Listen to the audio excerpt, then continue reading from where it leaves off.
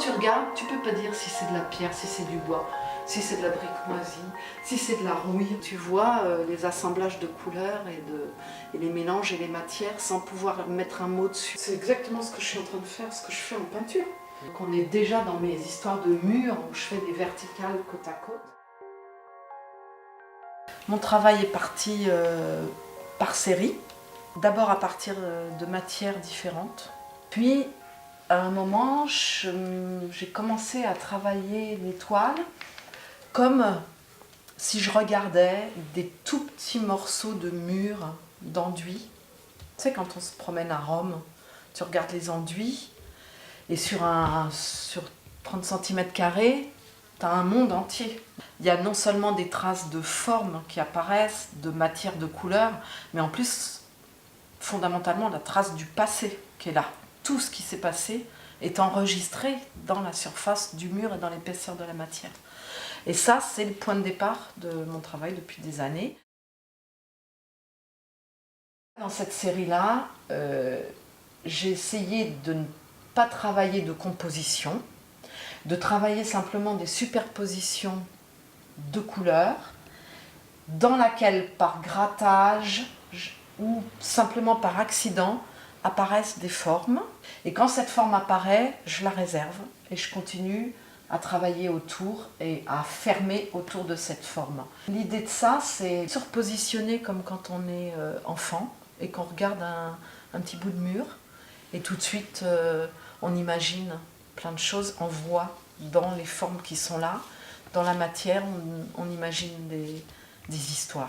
C'est en fait un travail où j'essaye de faire en accéléré ce que le temps fait, tout simplement. C'est-à-dire je mets des couches les unes au-dessus des autres, je vais réserver certains accidents, et puis ensuite, quand je suis à la couche finale qui ferme tout, je gratte dedans et je retourne chercher ce qui était en dessous. Ça me permet d'échapper à la réflexion, et ça me permet de rester plus sur des choses sensibles. La composition, en fait, je la fais par décision d'arrêter ou de continuer à gratter. Voilà. Toutes les triptyques de cette série des murs sauvages, je les ai nommés les murs sauvages avec un numéro. Donc ça va de 1 à 15, voilà.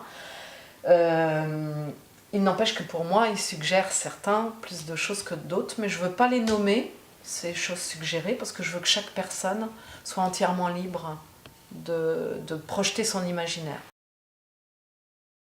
J'ai toute une partie de mon travail qui est sur la nature, parce que c'est autre chose que les murs pour moi, quoi. Voilà, la nature, c'est le plaisir de la lumière et de la couleur pure, et il n'y a rien d'autre qui vient se mélanger avec ça. Et donc cette série-là, c'est sur les jardins. Je l'ai appelé le jardin maléfique, parce qu'il y a toujours ce côté aussi imaginaire, qui n'est pas dans les tâches, là, qui est dans la manière d'interpréter les fleurs, le jardin et les couleurs.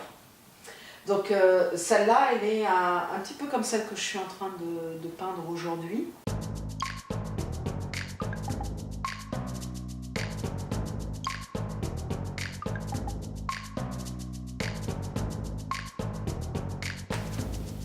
Je me mets là. Ça, c'est comme un travail de squelette. En fait, j'ai croisé 3 structures. Une qui me donne une composition où l'œil va circuler, il y aura des masses d'arrêt, tiens, il n'y en a pas assez. Et qui resteront là pour qu'il y ait quand même des points durs à certains endroits, quoi. Que tout ne soit pas que dans la transparence. J'ai croisé avec une composition qui va être dessous, avec plus, pas de structure, mais de mouvement, fait avec l'angle de Chine et le gros pinceau qui fait des petites traînées. Et ensuite, j'ai tracé déjà 2 espèces d'accroches comme des fleurs, parce que ça va devenir des idées de fleurs. Voilà, très bien. Alors, je vais essayer de faire sur la trame de l'autre fleur, mais elle est moins facile, la structure de l'autre fleur. D'abord, il ne faut pas qu'elle soit dans le même angle, il faut qu'elle soit à l'opposé. Donc, on va donner une nuance un peu violacée, un peu plus dramatique, parce que ce rouge-là, il n'est pas du tout dramatique.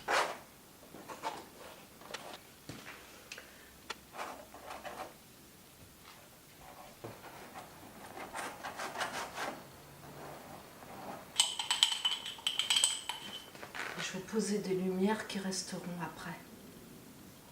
J'aime bien qu'il y ait du pigment et puis du geste. Le geste, il me donne la structure pour une partie du geste et il me donne aussi la vitesse qu'il y a à l'intérieur de la toile. Dans toutes mes toiles, il y a une notion de vitesse. La vitesse, c'est l'action. Et puis les matières, les couleurs, c'est la sensibilité. Hop. Là, je vais essayer de mettre du rouge là-dessus. Du noir là-dessus. Allez.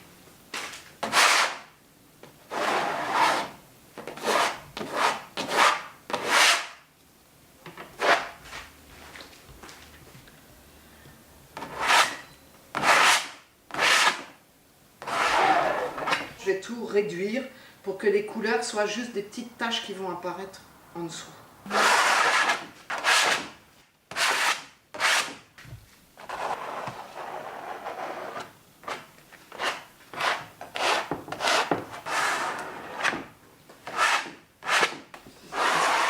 Je repasse un petit peu sur la fleur.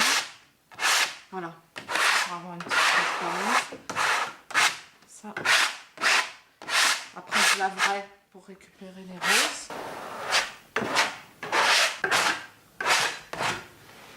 Voilà. Je vais la déplacer. Je regarde vertical. C'est bien. C'est trop droit. Je vais noyer un peu ces grands traits qui sont tous dans la même forme. Et je vais repeindre les fleurs après.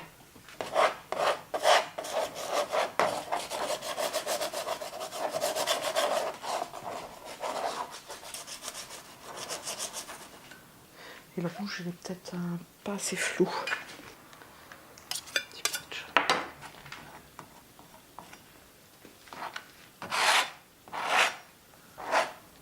La masse sur le rouge, ça va pas du tout. Mettre que du jaune.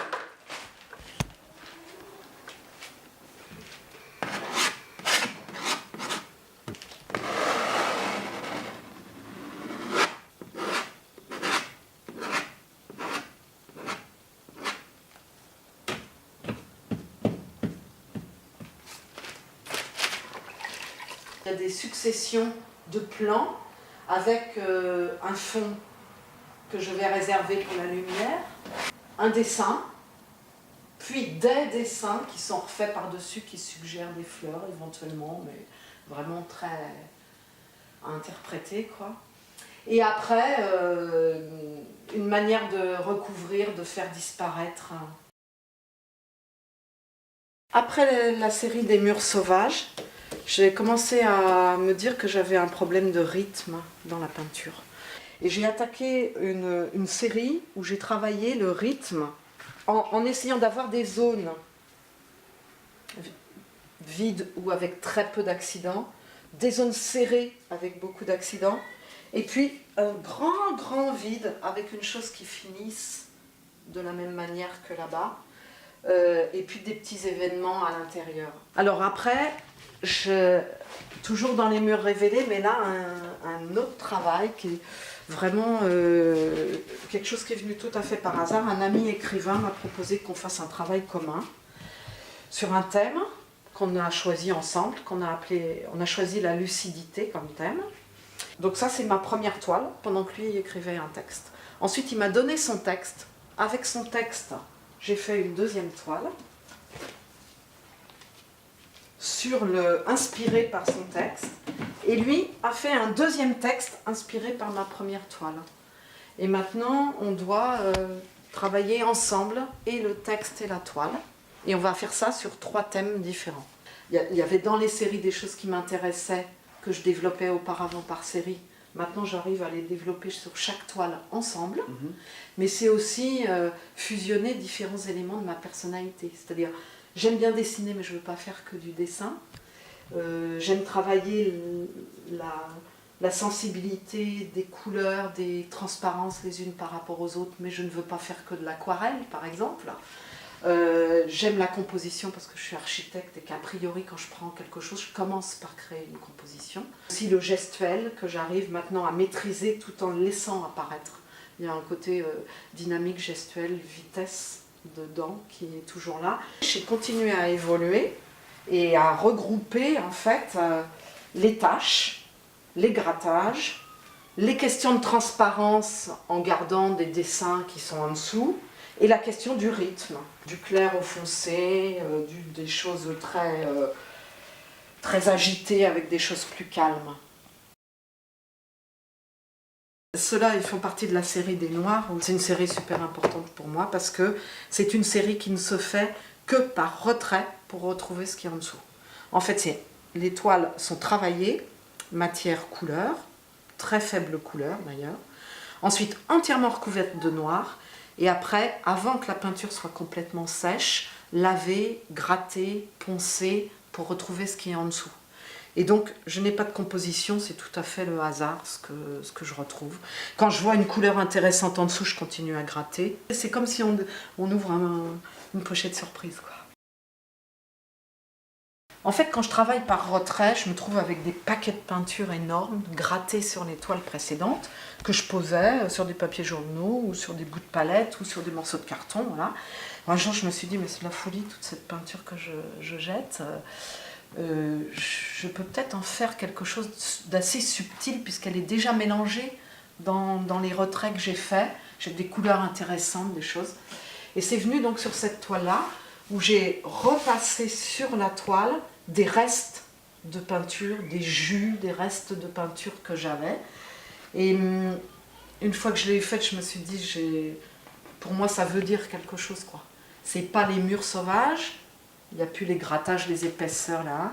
C'est pas les murs révélés, mais un peu parce qu'il y a les rythmes. Mais pour moi, c'est un souffle de mur. C'est voilà, comme une idée de mur ou juste un souffle de la matière.